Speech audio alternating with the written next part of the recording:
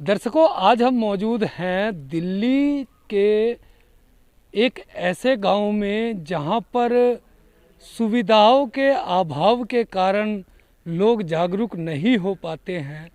हम अभी मौजूद हैं बवाना विधानसभा के पंजाब खोड़ गांव में, जो कि कंझावला से 7 किलोमीटर की दूरी पर स्थित है और ये कंझावला के ही डिस्ट्रिक्ट में आता है। यहाँ की विधानसभा बवाना लगती है। विधायक यहाँ के जय भगवान उपकार जी हैं और हम आपको दिखाना चाहते हैं। आज दिखाने का यही मकसद है कि आज हम आपको लेकर के आए हैं। ये पंजाब खोड़ का स्कूल है, प्राथमिक विद्यालय है और यहाँ पर दिल्ली सरकार की तरफ से जो कोविड के टीके लगाए जा रहे हैं उस टीके का सेंटर बनाया गया है। मैं अपने कैमरा पर्सन से गुजारिश करूंगा कि एक बार जो यहाँ पर पब्लिक के बैठने की व्यवस्था है इस सेंटर के अंदर उसको दिखाएं। आप देख सकते हैं कि यहाँ पर बैठने की व्यवस्था कितनी अच्छी की गई है। पंखे लगे हुए हैं, ऊपर से पूरा वाटरप्रूफ पंडाल तैयार करके यहाँ बनाया गया है। लेकिन यहाँ गांव की जो पब्लिक है वो इस सेंटर पर नहीं आ पा रही है वैक्सीन लगवाने के लिए, जिसका यहाँ के जो सेंटर के संचालक हैं हम उनसे अभी बात करेंगे और यहाँ के जो क्षेत्रीय RWA प्रधान हैं उनसे भी बात करेंगे कि ऐसा क्या है कि सेंटर पर इतनी सुविधाएं होने के बावजूद, गवर्नमेंट ने जो सुविधाएं दी हुई है इस सुविधा के बावजूद यहाँ पर वैक्सीनेशन के लिए कोई नहीं आ रहा है।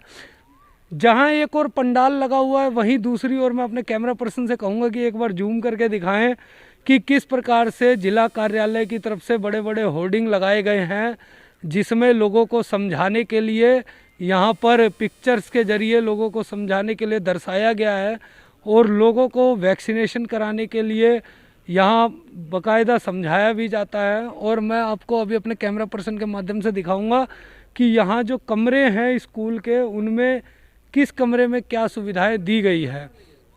कट कर आपको बताया था उसी हिसाब से हम आपको अब यहाँ पर दिखाते हैं यहाँ की सुविधाएं जो गवर्नमेंट की तरफ से यहाँ सुविधाएं दी गई हैं। सबसे पहले तो मैं अपने कैमरा पर्सन को कहूँगा कि एक बार दिखाएं कि हमारे ठीक सामने डाटा एंट्री रूम है, जहाँ पर पेशेंटों की एंट्री पहले की जाती है, उनके डॉक्यूमेंट्स वेरीफाई किए जाते हैं जो कि वैक्सीनेशन के लिए वैलिड डॉक्यूमेंट्स है। तो हम यहाँ पर जो एंट्री पर अभी बैठे हुए हैं हम उनसे जानना चाहेंगे कि उसके लिए क्या क्या डॉक्यूमेंट्स की ज़रूरत होती है।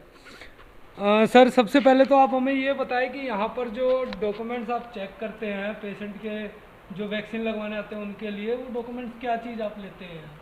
सर, ये 45+ का जो सेंटर है जी। इस पे सबसे मेन डॉक्यूमेंट है आधार कार्ड। आधार कार्ड? हाँ जी, आधार कार्ड लेकर के और आप यहाँ एंट्री करते हैं? हाँ, एंट्री करते हैं। अच्छा सर, आधार कार्ड के जैसे 45+ का है, उसके अलावा जो फ्रंटलाइन वर्कर्स हैं उनके लिए भी यहाँ पे कोई सुविधा है? हाँ, उनके लिए भी सुविधा है। जो फ्रंटलाइन वर्कर हैं जी उनके लिए उनका जो आईडी है, जी जॉब की जो आईडी है जी उसको स्कैन करके जी हम उनको वैक्सीनेशन करवा सकते हैं। उनकी जॉब आईडी को वैक्सीनेशन स्कैन करके उन्हें भी वैक्सीन लगाई जा हाँ, रही है। वो चाहे 45+ से कम हो तो उनका। सर, अभी यहाँ पर कौन सी वैक्सीन मौजूद है? यहाँ पे कोविशील्ड वैक्सीन मौजूद। कोविशील्ड हाँ। मौजूद है? हाँ, कोविशील्ड। जी।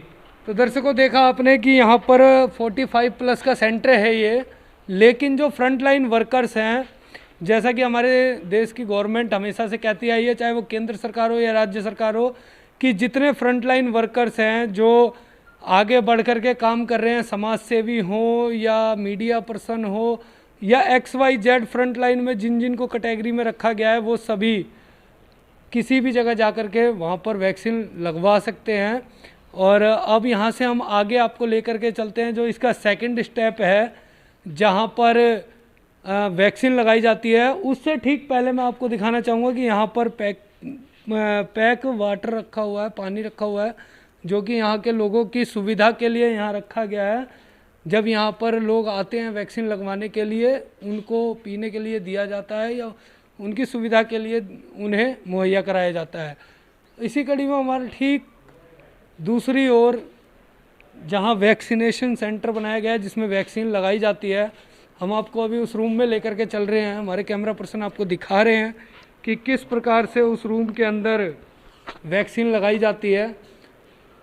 ये वो रूम है जहाँ पर वैक्सीन लगाई जाती है और आप देख सकते हैं कि यहाँ पर मैडम बैठी हुई हैं, पेशेंट ना होने के अभाव में यहाँ वो बैठ कर के इंतज़ार कर रहे हैं कि अभी कोई पेशेंट आएगा, हम उनसे ही जानकारी लेते हैं।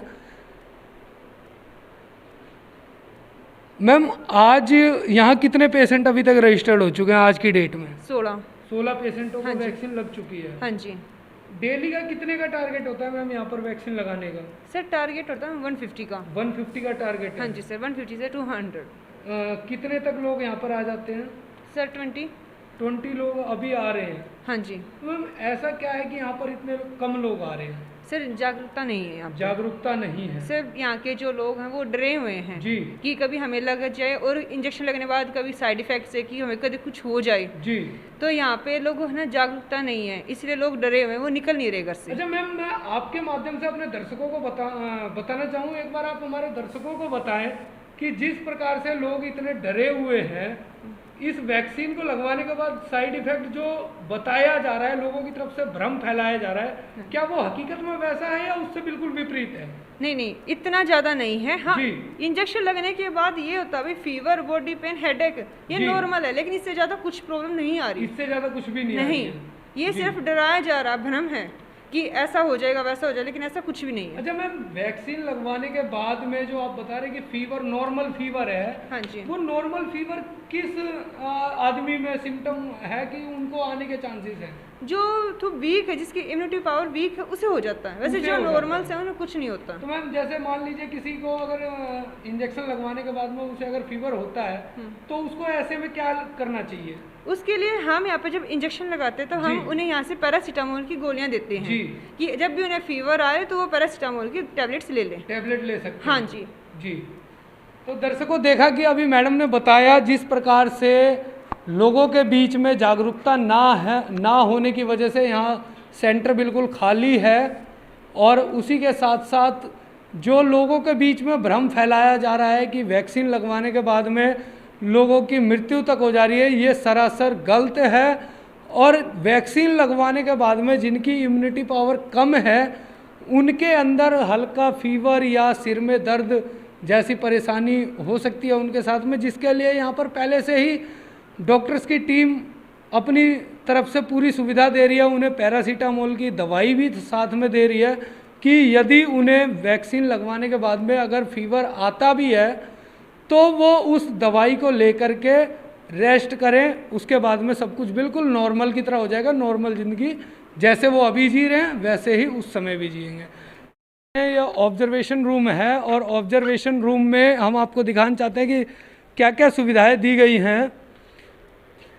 यहाँ पर आप देख सकते हैं कि सोशल डिस्टेंसिंग का पूरा पालन किया गया है। सोशल डिस्टेंसिंग के तहत ही यहाँ पर कुर्सियाँ लगाई गई हैं, और अभी पेशेंट ना होने की वजह से यहाँ पर डॉक्टर की टीम इस रूम में नहीं है, लेकिन फिर भी ड्यूटी पर मुस्तैद सिविल डिफेंस के कर्मी, जो कि जब से ये कोविड इंडिया के अंदर में आया है सबसे ज़्यादा मेहनत जो कर रहे हैं वो कर रहे हैं दिल्ली में सिविल डिफेंस के कर्मी, जिनको सरकार की तरफ से तो किसी भी प्रकार की सुविधा नहीं है, लेकिन फिर भी वो अपनी जान दांव पर लगा करके हर जगह आपको खड़े मिल जाएंगे, चाहे वो राशन की लाइन हो, बस स्टैंड हो, या फिर किसी हॉस्पिटल, किसी वैक्सीनेशन सेंटर में हो।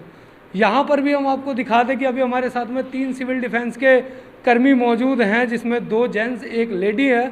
हम उन तीनों से भी जानकारी लेंगे कि वो किस प्रकार से यहाँ इस क्षेत्र में काम कर रहे हैं। सबसे पहले तो आप अपना नाम बताएं। हाँ जी सर, राजीव कुमार। राजीव जी, हाँ जी। आप इस सेंटर पे कितने दिन से तैनात हैं? सर 1 महीना हो गया, 3 तारीख से खुल जाता है। 3 तारीख से इस सेंटर हाँ में जी, मौजूद हाँ हैं। जी सर। जैसे आज सेंटर खाली दिख रहा है ऐसे ही हमेशा खाली दिखता है? हाँ जी सर, 20 ही आते हैं दिन में, पर डे 20 ही हो पाते हैं। हाँ जी, हाँ जी। अच्छा, तो यहाँ पर किसी तरह की मारामारी तो नहीं? नहीं सर, नहीं सर, कोई नहीं सर। और आप यहाँ पे जो ड्यूटी कर रहे हैं तो आपको गवर्नमेंट की तरफ से क्या सुविधा मिल रही है? सर सुविधा पानी वगैरह सब कुछ मिल रहा है वैसे तो। पानी वगैरह आपको हाँ जी सर, मिलता है? हाँ जी सर। हैंड सैनिटाइजर वगैरह आपको? हाँ जी सर, हाँ जी सर, मिल रहे हैं सर। ये चीज़ें आपको हाँ मिल जी रही है। सर। तो देखा आपने, एक भाई और है हमारे साथ में। आप अपना नाम हमारे दर्शकों को बताएं। संदीप कुमार। संदीप जी, आप इसी एरिया के रहने वाले हैं या कहीं बाहर से आते हैं ड्यूटी करने? हाँ जी, पास में ही रहता हूँ। कौन से गांव से हैं आप? टटेसर गाँव। टटेसर गांव से। हाँ जी। तो संदीप जी, जब आप टटेसर से यहाँ ड्यूटी करने आते हैं, कितना टाइम हो गया आपको यहाँ ड्यूटी करते हुए? 1 महीना हो गया। 1 महीना हो गया आपको भी। हाँ 1 महीने में यहाँ पे किसी तरीके की असुविधा आपने देखी हो नहीं, गवर्नमेंट की तरफ से नहीं, या यहाँ के लोकल निवासियों की तरफ से? नहीं, किसी भी ऐसा- तरह की कोई असुविधाएं नहीं? ऐसा कुछ नहीं। बहुत बहुत धन्यवाद आपका। तो देखा आपने कि दोनों जनों से हमने पूछा, और हमारे साथ में अभी एक महिला टीम से भी हैं, उनसे भी हम जानना चाहेंगे। मैम, आपको यहाँ कितने दिन हो गए? 1 महीना हो गया सर। 1 महीना आपको भी हो गया है? जी सर। आप यहीं लोकल निवासी हैं या कहीं बाहर से आते हैं? नहीं सर, हम सावधा जे कॉलोनी से आते हैं। सावधा से आप यहाँ पर ड्यूटी देने जी आ सर। रहे हैं? तो मैम, जब यहाँ पर आप आते हैं तो यहाँ पे आपको किसी प्रकार की असुविधा का सामना तो नहीं करना पड़ता? नहीं नहीं सर। बिल्कुल, यहाँ पे माहौल ठीक है? हाँ ठीक है सर। बहुत बहुत धन्यवाद आपका। तो देखा कि ये था पंजाब खोड़ गांव के वैक्सीनेशन सेंटर का माहौल। यहाँ पर पब्लिक नहीं है, यहाँ लोगों के अंदर जागरूकता नहीं है जो यहाँ आकर के वैक्सीन लगवाए। हम इसी कड़ी में इस क्षेत्र के जो RWA प्रधान हैं पंजाब खोड़ दुर्गा इनक्लेव के अमित झा जी, दुर्गा इनक्लेव विकास समिति के नाम से उनका कार्यालय है, वो भी हमारे साथ में है। हम उनसे भी जानना चाहेंगे कि वैक्सीनेशन सेंटर पर ऐसा नज़ारा क्यों देखने को मिल रहा है उनके क्षेत्र में। सबसे पहले तो अमित जी, मैं आपका अपने दर्शकों की तरफ से शुक्रगुजार हूं कि इस कोविड महामारी के दौरान आप क्षेत्र में वैक्सीनेशन सेंटर पर मौजूद हैं। आप हमारे दर्शकों को ये बताएं कि अभी जो इस वैक्सीनेशन सेंटर पर बिल्कुल खाली पड़ा हुआ है ये सेंटर, ये इसकी वजह क्या है?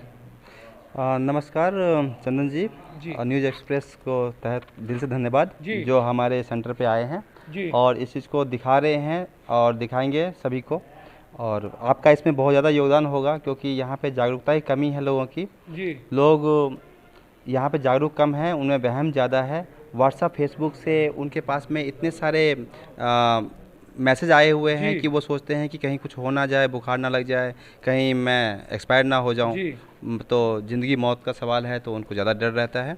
लेकिन मुझे लगता है कि आपने जिस हिसाब से बताया है और डॉक्टर मैम ने जिस हिसाब से बताया है कि इससे कुछ खास नहीं है। जिनकी ज़्यादा इम्यूनिटी कम है, इम्यूनिटी स्ट्रॉन्ग नहीं है, उनको ज़्यादा से ज़्यादा बुखार हो सकता है, उससे ज़्यादा उनको कुछ नहीं होगा। अच्छा, अभी जो आपका एरिया है दुर्गा इनक्लेव पंजाब खोड़ का जो एरिया है, अभी यहाँ पर हमने डॉक्टर मैम से भी पूछा तो उन्होंने बताया कि यहाँ के लोग जानकारी के अभाव में सेंटर तक नहीं पहुँच पा रहे हैं। तो ऐसी क्या वजह है कि आपके क्षेत्रों में लोग जागरूक नहीं हो पा रहे हैं? एक्चुअली मैं यहाँ पे गांव का एरिया है और गांव हमेशा दूर दूर में बसा हुआ है लेकिन हम कोशिश कर रहे हैं कि हर गांव में अपने अपने जितने भी कार्यकर्ता हैं, हमारे जितने भी संगठन के लोग हैं, उन सबको भी भेजते हैं और उन सब से गांव में जाके वहाँ पे लोगों से मिल के बोलते हैं उनको कि आप आइए लगाइए। इनके प्लस और नेगेटिव पॉजिटिव दोनों चीज़ बताते हैं बातों को कि कोई नुकसान नहीं है, इससे फ़ायदा है और लगाने से बहुत हद तक बीमारी से आप बच सकते हैं। जी, बहुत बहुत धन्यवाद अमित जी। और इसके बाद हम आपके क्षेत्र में भी चलेंगे, आपके क्षेत्र में जाकर के वहाँ की सुख सुविधाएं जो वहाँ के क्षेत्रीय जनताओं को मिल रही है वो भी हम अपने दर्शकों को दिखाएंगे। लेकिन अभी जो ये वैक्सीनेशन सेंटर का हाल था वो हमने अपने दर्शकों को दिखाया। इसी कड़ी में कैमरा पर्सन संतोष झा के साथ मैं Chandan Kumar, Express News India, Punjab Khod गाँव, दिल्ली।